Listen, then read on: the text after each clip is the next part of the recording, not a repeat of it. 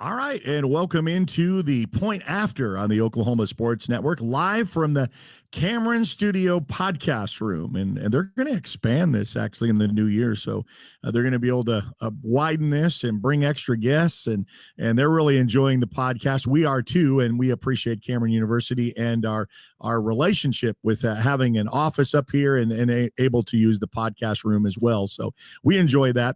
Make sure you download us free on your apps. So whether you're an Apple or Android devices, just search the Oklahoma Sports Network. It's free to download and free to watch.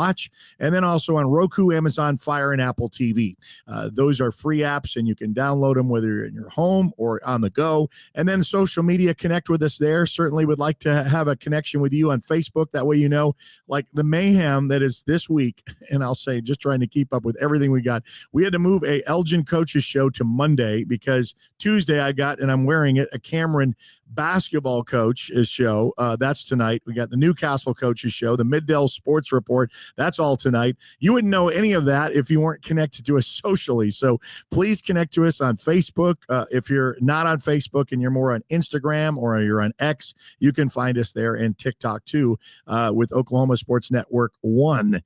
We just launched up there, and you can be able to catch us on TikTok as well. So there you have it, wherever you're found. And we are now in the closing curtains of, basketball. People are calling me. We got a basketball game tonight. Oh, I forgot. I should have just looked on my Facebook and found out that Altus plays Lawton High. And so I have that on the network.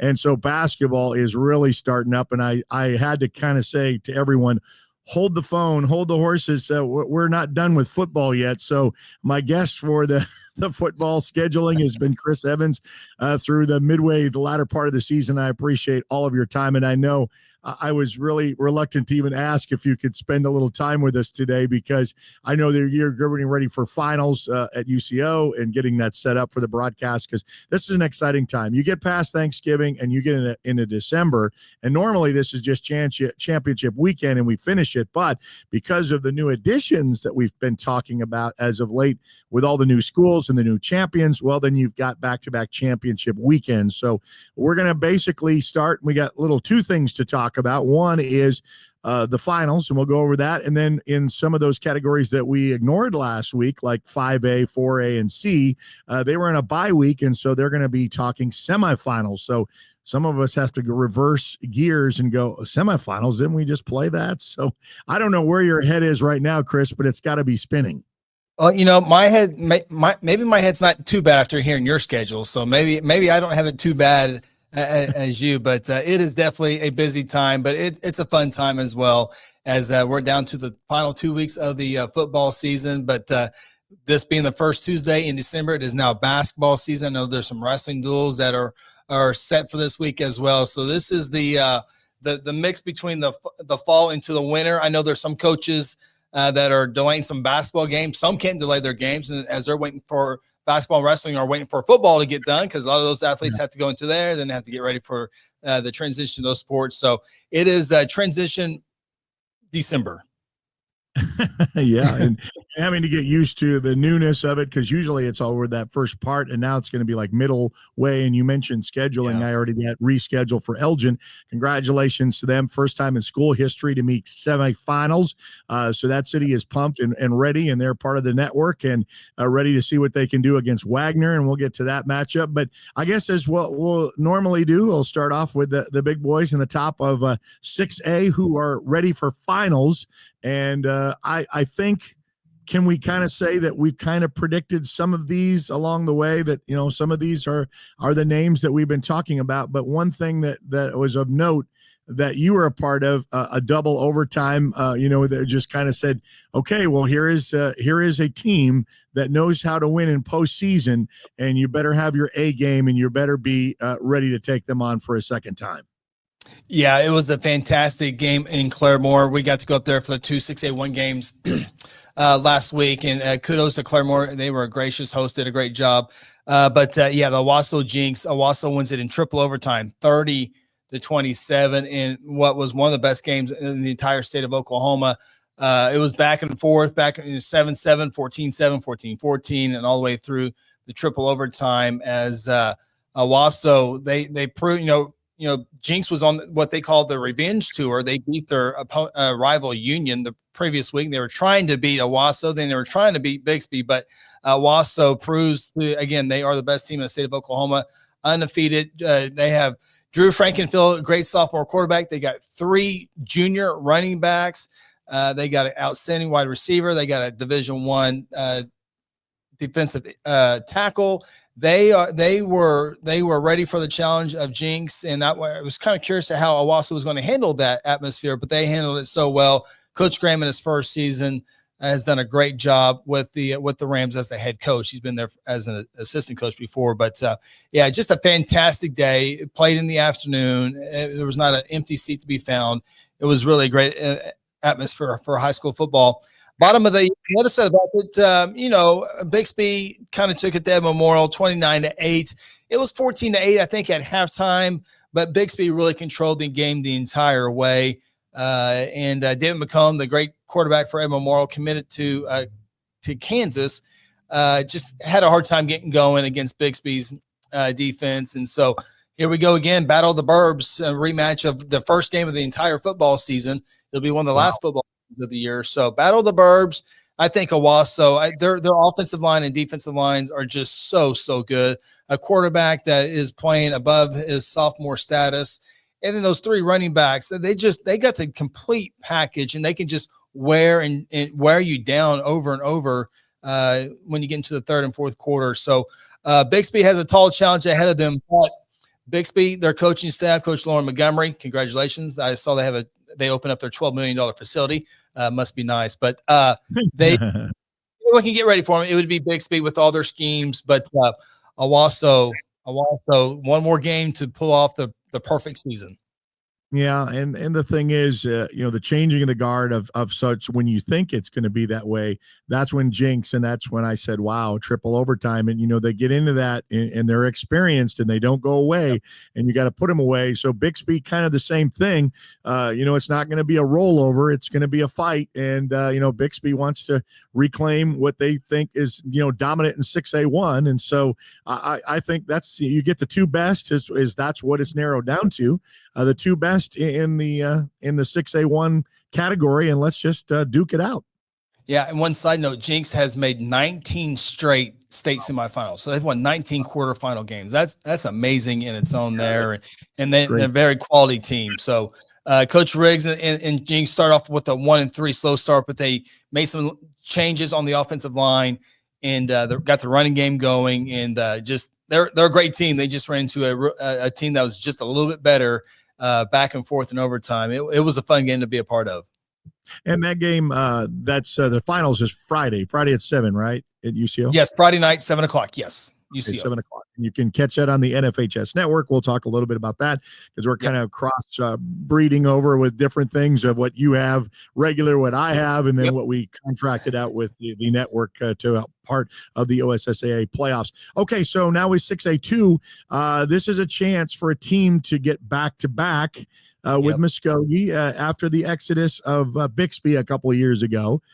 You had Stillwater win the first one with the absence of Bixby. And then Muskogee last year, for the first time in a very long time, that Muskogee was able to win. But now, and we talked about this Choctaw team that's been kind of hanging around, very tough, gritty Choctaw and Muskogee. That's going to be a good one on Saturday night. No doubt. Muskogee, 15-game winning streak, as you mentioned, looking to go back-to-back. Jermaine Ficklin, who was committed to Texas State this week or last week, took a visit to Utah during his bye week. And then just a couple of days ago, he committed to the University of Utah. And then his partner in the backfield, the running back, P.J. Walsh, he transferred in from this year from Bartlesville. And so they have that great 1-2 package. They got a really big offensive line as well with those 2 great athletes in there. And Coach Travis Hill, this 4th year at Muskogee, he has, he's won at Tulsa Central. He's been at Broken Arrow. He's won everywhere he's gone. He's a great guy, great coach. And so Muskogee looks the part to do that. Choctaw, this is a rematch, I think of the 22 state semifinals, if I recall right. But but Choctaw, they beat Sand Springs 31-21. It was back and forth. In fact, Cash Williams, the starting quarterback for Choctaw, who's committed to play baseball at Tennessee, the number one team in the nation, the catcher. But he went down with an injury, but it all reports that he will be playing this week in the state championship, but he went down with an injury. So the backup quarterback had to come into the game and lead them in the second half to a victory just to get to the championship game. So it was closer. They won by 10, but it was a game that I thought would be pretty close to the end, a 4-quarter ball game, I should say. But Choctaw gets back to the state championship. We've seen Muskogee get over the hump. We've seen Stillwater get over the hump with Bixby out of the way. Now we'll see if Choctaw can do that with Juju Smith and Cash Williams. We'll see if they can be crowned in 6A2 for the first time. Yeah, I'm looking forward to that. Okay, down to the 5A ranks. This is one of the districts or the classes of class 5A and 4A that were on bye weeks. So they kind of had to sit back and watch football during the Thanksgiving practice break. Maybe limited practices, maybe not as much, but they still get on the field. But very, very interesting, near and dear to your heart, my heart, because we've got some teams represented in 5A. And what we see in some of these classes, we'll say the same thing with when we get to 4A with Elgin and Wagner. Carl Albert and Del City, probably 1 and 2, and they're going to have to play each other in the semifinals. On the other side, you got Newcastle Racers, first time to go in 5A. They win their district. I mean, there was a lot of things that they weren't expecting because they were in the 4A realm and they were in the same district as Blanchard and Tuttle and Bethany and we'll talk about them. Bethany and Tuttle, they're in the semifinals in 4A, and that's what they were used to. So they said, okay, we're in new territory. 5A, they come and win the district, and they host those first two at an exciting, thrilling game to go on to advance to this one. And you represent the Guthrie Blue Jays, so we'll get your take on that one before we get to the Carl Albert Del City matchup. Yeah, what a run for Newcastle. We were thinking Lawton MacArthur or maybe Bishop McGinnis, maybe if Midwest City can get things going as being a district champion, or the two teams host the playoff. And, Newcastle, hey, welcome to 5A. If you get in the playoffs, congratulations at that 4 spot.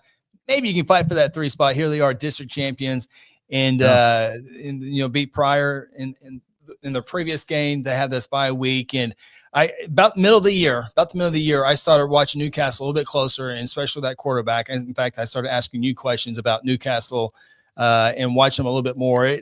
I'm very impressed with Newcastle's quarterback. I mean, he is the glue for that team. That, from what I can see, watching, he plays both sides of the ball too. I mean, he'll get an interception just as much as he will throwing a pass touchdown, and he loves both. So yeah, really tough. He's got great size. Yeah, he's a great kid, great size. I mean, you're not going to be able to you're going to have to wrap up and hope for a buddy to come over and help bring him down. And just his accuracy throwing the football as well.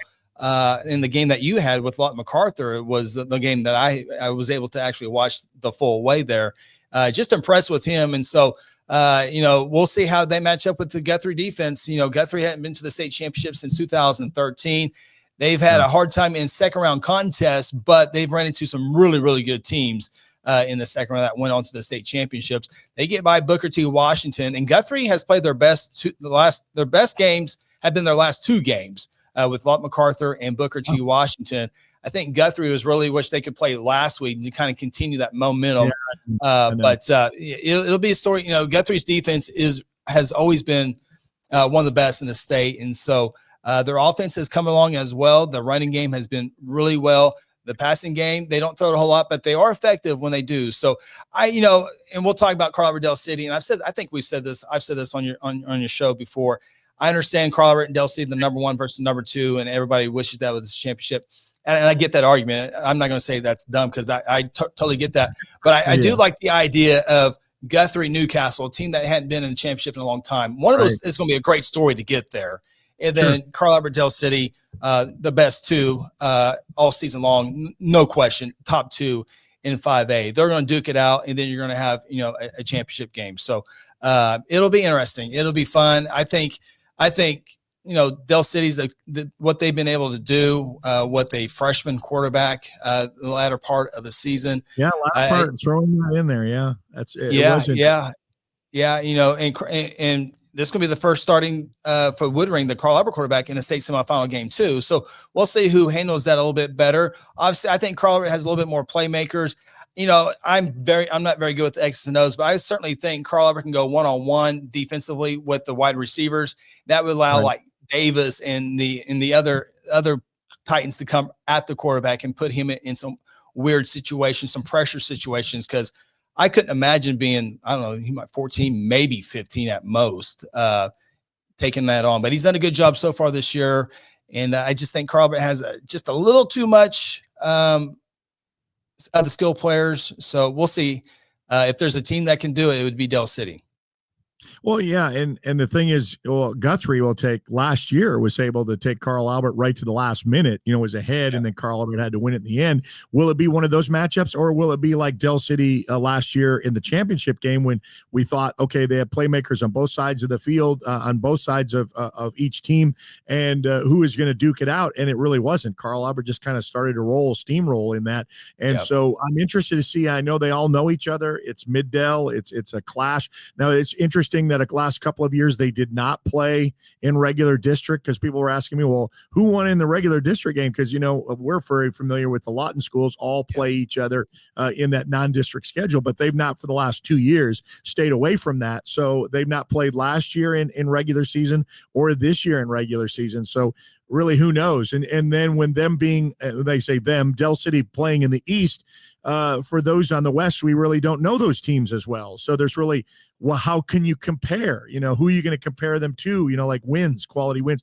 Now Midwest City, they both played that as an inner city, but that really gets you a lot to gauge on. So I'm excited for both games. They're both like in the same proximity. One's at PC North, the other one's at Putnam City. So you get the best of both worlds right there. And hats off to Putnam City to be able to host some fantastic semifinal 5A matchups. Absolutely, it'd be fantastic. I think for Dell City, they got to be able to run the football game and shorten the game. Guthrie played Carl Albert the closest to anybody in the state, and it was 29-0. That's how good this Carl Albert team is. I think Rickland Holmes and that Dell City offense, I think they got to put some long drives together to maybe shorten the game down a little bit, trying to make it a 1-2 possession ball game late in the ball game. Because if you go back and forth, I just think Carl Albert has way too much manpower to compete with scores up there, because their defense, it's one of the best defenses Carl Albert has ever had. And they've had some fantastic ones, but just Division I kids alone, and then Division II kids on loan, and then tough Carl Albert kids on top of all that, it's a tough task for any offense. Well, and we're going to use the philosophy was Piedmont, and if you watch Piedmont football, what their philosophy is. You're gonna run the ball, and you're gonna play keep away. We're not going to let your offense. In fact, I was amazed first time I saw them. They come out and on their first drive take 6 minutes off the clock. They just took half of your quarter away. Your offense has not even touched it, because they're not only getting first downs, but they know how to drain that clock. They use it very, very well. So yeah, that's a pretty good philosophy. If you're going in, if you can do that, to be able to limit their amounts on offense, because they are that dangerous. So should be a great weekend for that in 5A. Okay, 4A, we're going to slip down into the 4A realm. And, Elgin is one of the schools on the Oklahoma Sports Network. And we just mentioned at the top of the broadcast here that this is the first time in school history that they've been to the semifinals. They were very disappointed last year, losing to Claremore, a 7-6 game. They were very disappointed themselves. They wanted to be able to prove that was not who their identity is with this class of seniors. So they've rolled just like they did last year, undefeated in regular season, but they got past that second round. And they're anxious to, as what coach said last night in his coach show, you want to play the best, and no matter when it is it now or is it the finals, you're going to have to beat them all anyway. And so I guess that's the best answer for it. Whether you say, oh man, I wish we could play Wagner next week. And well, yeah, everybody wishes that, if you had it scheduled out to be, but if you want to be the best, you have to beat the best. That's an old phrase that's been used so long, but I think they're ready for it. Going to go to Ada, going to go to, a little bit of a bus travel, trying to make it a medium switch for both of them. So I'm really looking, this is probably the one I'm circled to really find out who's who. We mentioned Carl Albert, Dell City. We kind of seen those, but we've not seen these two because of where they are proximity in the state. We don't have anything to compare to. Absolutely. And, Elgin has done everything and more this entire year. In fact, we're waiting for somebody to challenge Elgin. We keep keep waiting. Well, maybe this team will do it. And Elgin has just blown everybody out. 91-6 in the 2 playoff games. I mean, it's not even close. So that's the only thing. We know Elgin is good. It's just how they're going to be able to handle these moments right here. This is the part that we've been waiting for. And we thought maybe they would slow down the first round, maybe slow down the second. No, Elgin has been so dominant. So now we'll see how it is right now in the state semifinals. Elgin, very capable of winning a state championship this year. That by far, they're capable of winning by 3 touchdowns this week, and they're capable of winning by 3 touchdowns next week if they're focused and do the game plan that they've been doing all season long. What that being said, Wagner has been in these situations. They've been in state semifinals. They've been in state championships. They won state championships. They've gone down to the last drive of state championships and have won these. So these kids at Wagner have been there and done that. And it's not just, like they lost Alex Shield Knight, their Division I player committed to OU, that he's out. And then not last week because they were off last week, but the week before, Kel Charbonneau, he's their quarterback and linebacker. Early in that game, he actually went down and was hobbled with an ankle injury, and you can tell he was hobbling the entire game. I mean, it was so noticeable. In fact, he didn't play defense at all. So, a lot of coaches did not like the bye week, but I guarantee you Wagner loved the bye week to get their star player healthy. And I don't know his status. I know I know he will play. In fact, I saw the Tulsa World had, they do a player ranking. I think they put Kel Charbonneau at number 1 in their latest rankings, and he's the real deal. So we'll see. It's a classic matchup. Elgin is really, really, really good. How will they handle this Friday night semifinal? I think they'll be fine. I think Elgin is probably the better team, but you just cannot take away from teams like Wagner, Carl Albert, Jinx, who've been there and done that. And the moment will not be big to them. If it's 4th down and 5 in the 4th quarter, been there, done that. Let's go do it. Elgin has the athletes to do it. We just haven't seen them do it. They are capable of doing it. I think it's going to be a fantastic game. It's one that everyone has been talking about since the beginning of the season. I was the scrimmage I went to in Elgin, Bethany, and Guthrie. How good was that scrimmage? Elgin was a better team that night, and they've been the better team the entire way. They've been dominant, and now they just got to do it against one of the best in 4A. Again, they're very capable. And, Elgin or Wagner, whoever wins that game, it will not be an easy one in the state championship game because we might be talking Wagner, Elgin, and Tuttle's over here. Yeah, we're pretty darn good too. And they got, they've had a good season. They've cruised to their first and second round playoff games as well. Got a lot of move-ins, transfers, whatever you want to say. CJ Simon commits to a college this week for Tuttle, and as they take on Bethany, and Tuttle has been just as good this entire year as Elgin and Wagner. So we're concentrating on Elgin Wagner, but Tuttle is pretty darn good too. And then Bethany, the 4 team over there that beat Ada 30-6, they kind of cruise in their second round playoff game. So 4A, you've said it, we've said it here all season long. 4A is really, really good 1 through 10, but really good 1 through 4, maybe 5. And this is the only thing that I can say as far as Bethany is concerned. Yes, I mean, Tuttle beat Bethany, and it really needed to be a lot closer. I mean, Bethany had a better game with Blanchard than they did with Tuttle, and they're on our network, so I kind of really watched them a little bit more. And it's kind of like when you play a team twice, and we just talk about that with Jinx, and they took them into triple overtime. It wasn't that way in regulation. And then I remembered, and I don't think Bethany has this, but Wagner was the same thing with Cushing, a couple of years ago. It wasn't even close in regular season. So Cushing is coming in like, hey, this is ours. It's our night. And Wagner had something to say about it. So Bethany's the same way. Yeah, I know you beat us in regular season. We've kind of grown up since then. We'll kind of see what you've got. We'll see what we've got and put it together. And that's why it's called a semifinal. So we'll see, see who prevails in that. And the weather has turned a little bit cooler. It's going to be a neutral field and all that plays in. So it will. I can't imagine this being a blowout like it was earlier this year. I think Bethany, especially with the bye week, I think Bethany will give Tuttle everything they want. I think Tuttle would more than likely advance to the championship. I would be a little stunned if Tuttle was not in the championship game. But Bethany is very capable. Bethany knows all about Tuttle. Tuttle knows all about Bethany. So it would just come down to the playmakers on the field. So I think it's a fantastic 4A final. It's four teams that not surprised that they're there. Okay, so now we go down to 3A, which is back to a finals. So, I mean, if you're just kind of saying, well, you're just talking semifinals, well, we're having to figure this out too, So 6A, 1 and 2, they're in the finals. 5A, 4A, they're in the semifinals. But 3A, we're back to a finals matchup, and it's no surprise, I guess, to this one. No, Heritage Hall, Lincoln Christian. It was a really good game. It was 14-14 for a while. Then Lincoln Christian, the number one team all season long, just kind of turned it on. About midway through the third quarter into the fourth quarter, they just took it to Heritage Hall. I think Lincoln Christian just really, really wore them down. Talking Lincoln Christian people, they won state last year. They think they're better this year, and they proved that in a number 1 versus number 2 matchup last week at Prague High School. And now they take on the Sulphur Bulldogs, who had no problems with Shakota. Shakota had a great run. Elijah Thomas, I think he's a 4-star wide receiver. They upset Cassia Hall in the first round. Then they beat Bristow in the second round. And then Sulphur is, they're a true big time program in 3A, 66-21. It wasn't even that close, really.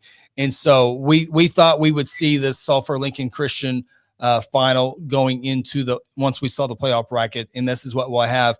Sulphur, I think, will be able to match the physicality of Lincoln Christian. We'll see how Lincoln Christian's speed and passing game will go against the Sulphur defense, but I think it's a great matchup. I think Lincoln Christian might just have way too much offensive firepower in this one, but it's a great matchup of offensive firepower against a good Sulphur defense. So, a neutral field on a cold night in Edmond, anything can happen. But man, this will be fun to watch. I think the two best teams are in the championship game in this class 3A. So you wonder if is offense wins games, defense wins championships? Is this what it's going to boil down to? We don't know. In today's game, offense usually goes a long way. So it does. It does, and they're making a statement with that too. Okay, down to the 2A classes, 2A1, 2A2. They are also still in the finals realm, and so those were some exciting games to follow. We helped the network out in a couple of those, and I was at one that I'll remember, and I know Marlowe fans will remember. Man, that bad side of it, but a double overtime game for them when it didn't look like it could be that way in regulation, and sometimes that's how football goes, the way things bounce and the way things turn. And it's kind of like reading a drama, like a book, and you're what's the next chapter going to be, because I can't figure this out. The safety was the big play, Eric, right? It was. I mean, I felt like, Millwood, and I didn't know much about Millwood's special team stuff, because when you told me and someone else told me, I said, well, the PAT, no one came out to kick. They said, well, they don't kick. They don't bring a kicker. And so they don't kick. So they go for 2. And so Millwood, with their first 2 scores, had to go for 2, and they didn't get it. So, Marlowe's in high school football, that's huge. I've seen MacArthur win a state title game by beating Carl Albert in week 1 by a blocked extra point. Then they beat McAllister in overtime for a blocked extra point to go to a final. So it's huge. So you're thinking, okay, you really got that 2-point edge. And then the punt over the head of Marlowe from the deep snapper. And I felt bad for the young man, because he felt the feet, the footsteps coming when it wasn't really there yet.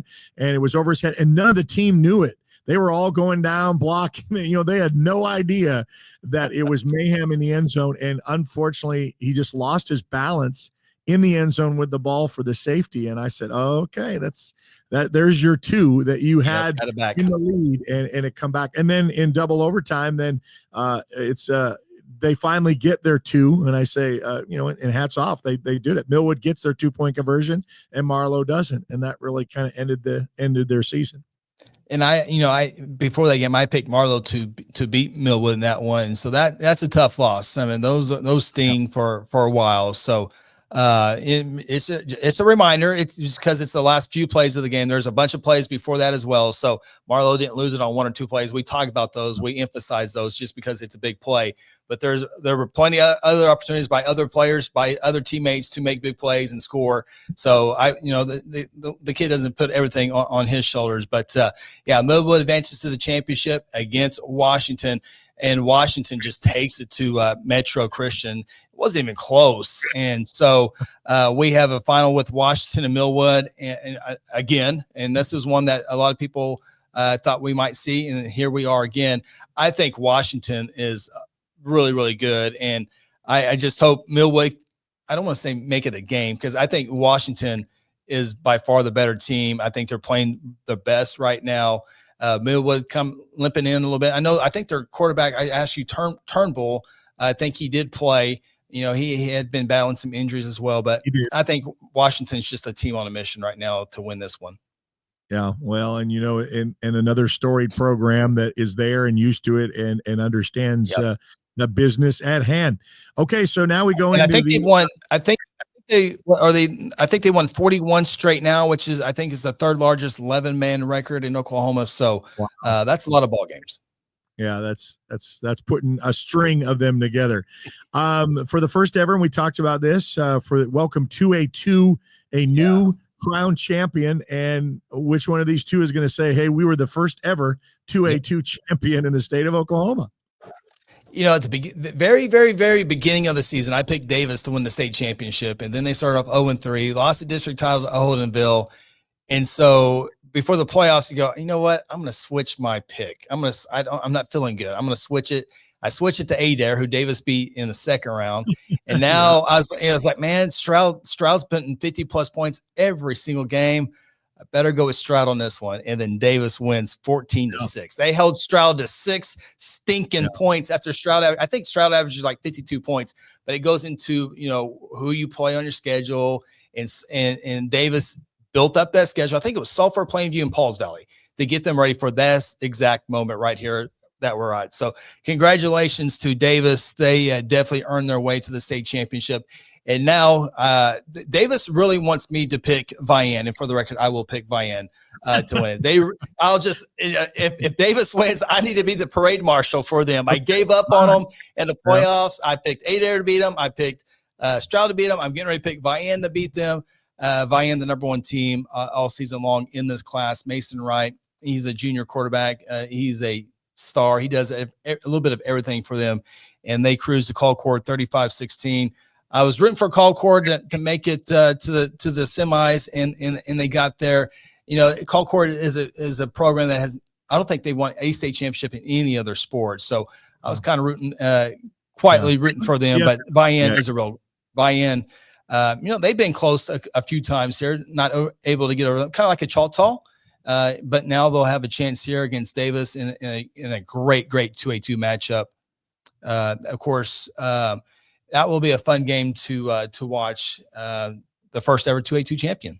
Yeah, and Davis, you know, seeing them last week, how thick and physical they are, and they like to run the ball. They're smart about it, and they play the keep away game with it. So I think that's their strategy of coming in and ball control, and we can control it. And they'll have 4 guys. I mean, it's really fun to see because we load up fullbacks. I mean, we're seeing old school football here. You know, just line it up, a cloud of dust. There's nothing fancy about it. 3 to 5 yards, chunks of yards. And I think I was telling you, I'm used to spread offenses. We're going to throw the ball around. There's a lot of incompletion, stoppage of play.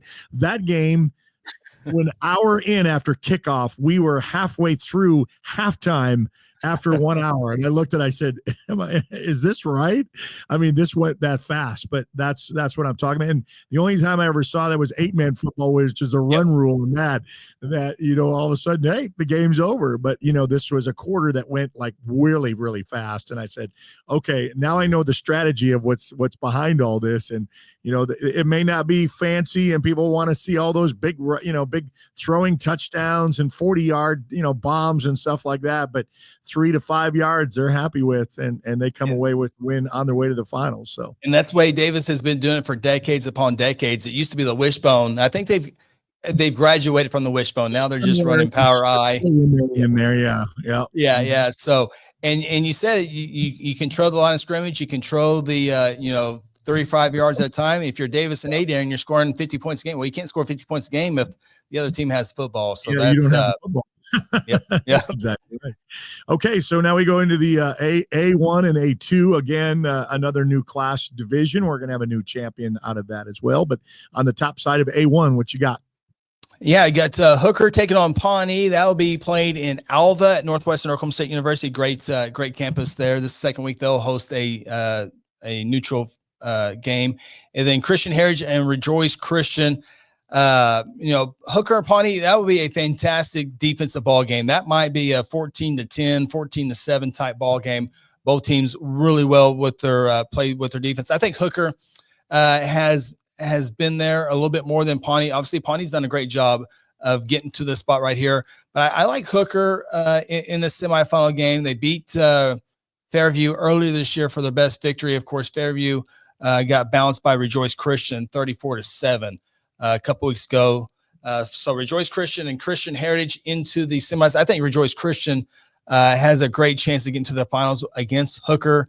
And that's another great offense versus defense type deal. I think Hooker has the best defense in the state. Pawnee might be number 2. So this was a great matchup in one semis. And then the two Christian schools will have a lot of firepower offensively. So eventually, no matter what happens at UCO, we're going to have an offense against a defense showdown for a state championship. That's good. A2, how is that looking as far as how this has come to this point? Yeah, A2, Thomas Fay Custer, of course, A2, they had the bye weeks last week as well, along with A1.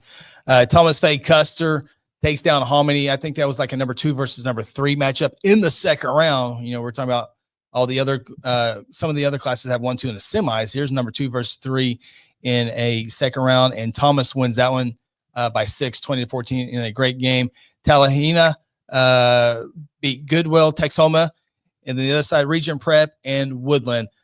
I think this is it'll be fun to watch that state semifinal between Thomas and Talahina, but I think this has Woodland written all over it. Woodland has cruised the entire season, and I don't know if they'll cruise. That might not be the right adjective for them, but I think they make a statement in the state championship game. We'll see. I've been wrong plenty of times today alone.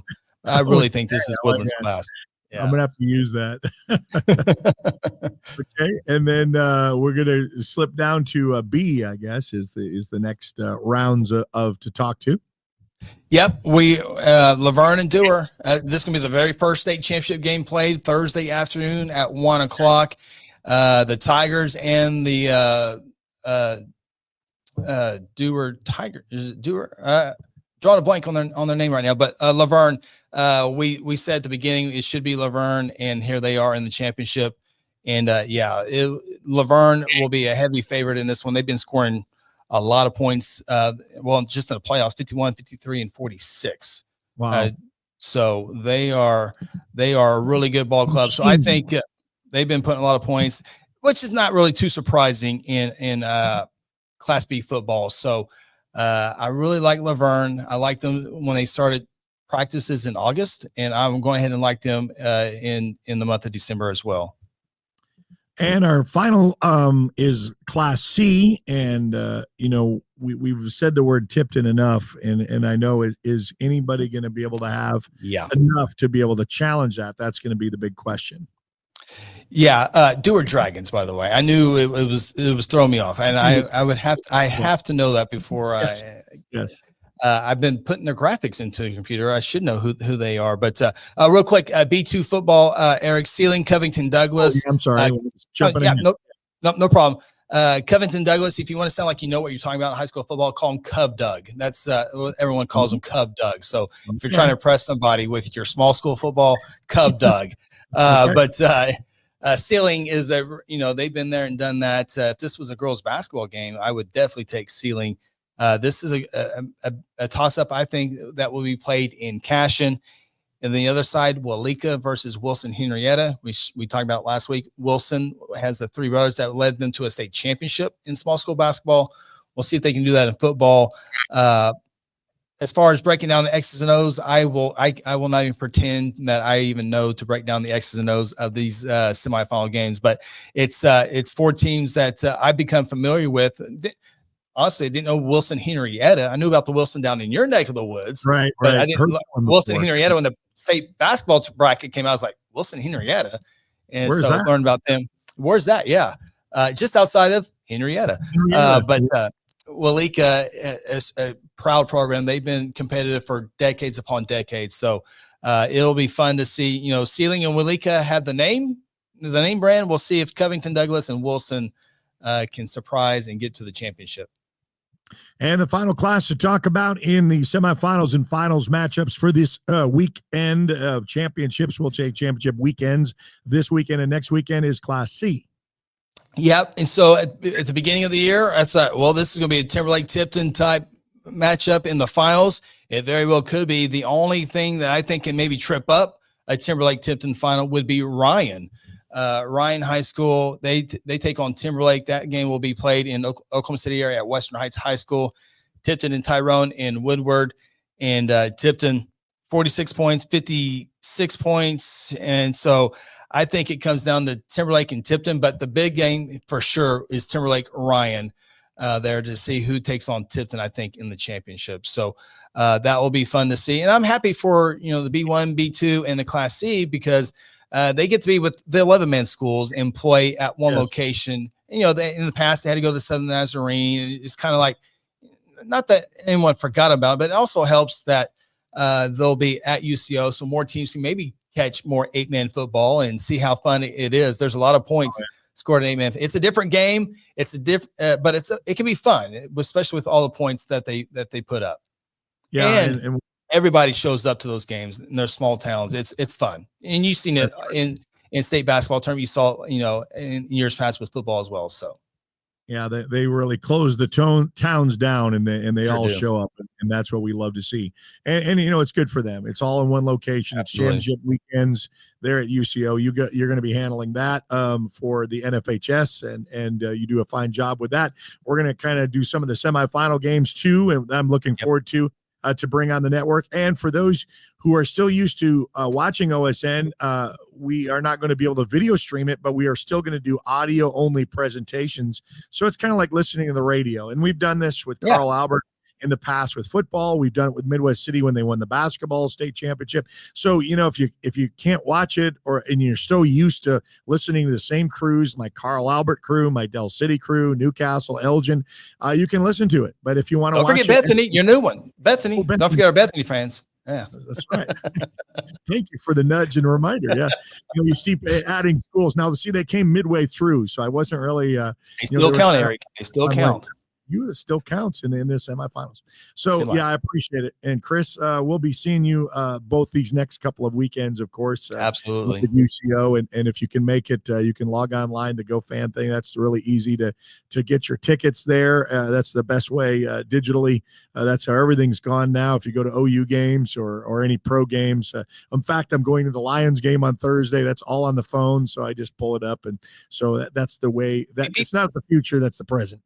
Yeah, well, I want to say a big thank you to Eric, you, and to your entire team at Oklahoma Sports Network in this postseason. There's been so many, with the addition of new classes and more games. Oklahoma Sports Network has really come through to provide great production and great talent for all these games. They're all important, and they get bigger and bigger as we make our way here. And Oklahoma Sports Network has been huge in helping out get these kids, in the right spots on the NFHS network. And so I know you'll have multiple crews at multiple games. So I can't thank you and your crew enough for everything you have done, not only for football, but basketball and baseball and all the other sports too. So it's not just Oklahoma Sports Network. You guys provide a huge service across the state. So a huge thank you to you guys. We always say we love what we do. And so we appreciate helping out. And if we can fill in that, it's all about the kids, all about what they are the fans. I always talk about, some announcers feel like, oh, they're listening to me. I said, no, the talent is, the heroes are right out there. That's where we keep that. And everybody knows that's what they're there for. So we appreciate that. I learned that from Bob Berry, Sr. long ago at one of the little clinics about proper broadcasting with football. I'll never forget. He says, you think that they're sitting on the edge of the seat, listening to my voice? He says, they want to know the score and they want to know how much time is left. That's it. They don't need to know that's a cover 2 or all this, your paralysis that you're thinking about this. Oh, I'm going to show them and impress them my football knowledge. Listen, he says the basic viewer or listener just wants those two things. What what's the score? How much time is left? I said, okay, it's good. Good reminder. So to the late, I'll disagree a little bit. My mom does like to watch and hear me a little bit at a time. So I do have mom out there. Everybody's got a mom that, will make sure that that's not the case, because moms are different. Okay. And just to show you how, just a prime example of how huge Oklahoma Sports Network is, I cannot remember the last time I missed a Guthrie high school football game. I will not be able to produce or do the play-by-play of Guthrie. And so I was like, you know what? If I can get Oklahoma Sports Network to produce it, and if Eric can join Phil, then I will be able to do the other game with ease. I'll have it on my monitor and watching it, but I'll be at ease that you guys got it taken care of. Well, and it's good for him because it's his team, and when you follow a team, you want to be able to follow them all the way. And so it's great that he gets to join in the broadcast booth with his knowledge of Guthrie, and I already know Newcastle of course being with the program and them and actually filling in a couple of games over the last couple of years, knowing who they are and Coach Brickman and all the rest of that. So we're looking forward to that too. Okay, that's the really showdown. Enjoy the weekend. We'll come back and recap the finals, and then we're going to get ready for some more finals next week on the 13th and 14th of December. So we're not finished with football. I know basketball said, hang on a second, this is our time to shine. We'll be on the court tonight. So, all right. A home stretch. Starting. Yes, that's right. Chris Evans from the Guthrie News Page. We appreciate your time. And of course, we'll be back again for our next podcast sometime next week. You've been listening and watching a presentation of the Oklahoma Sports Network.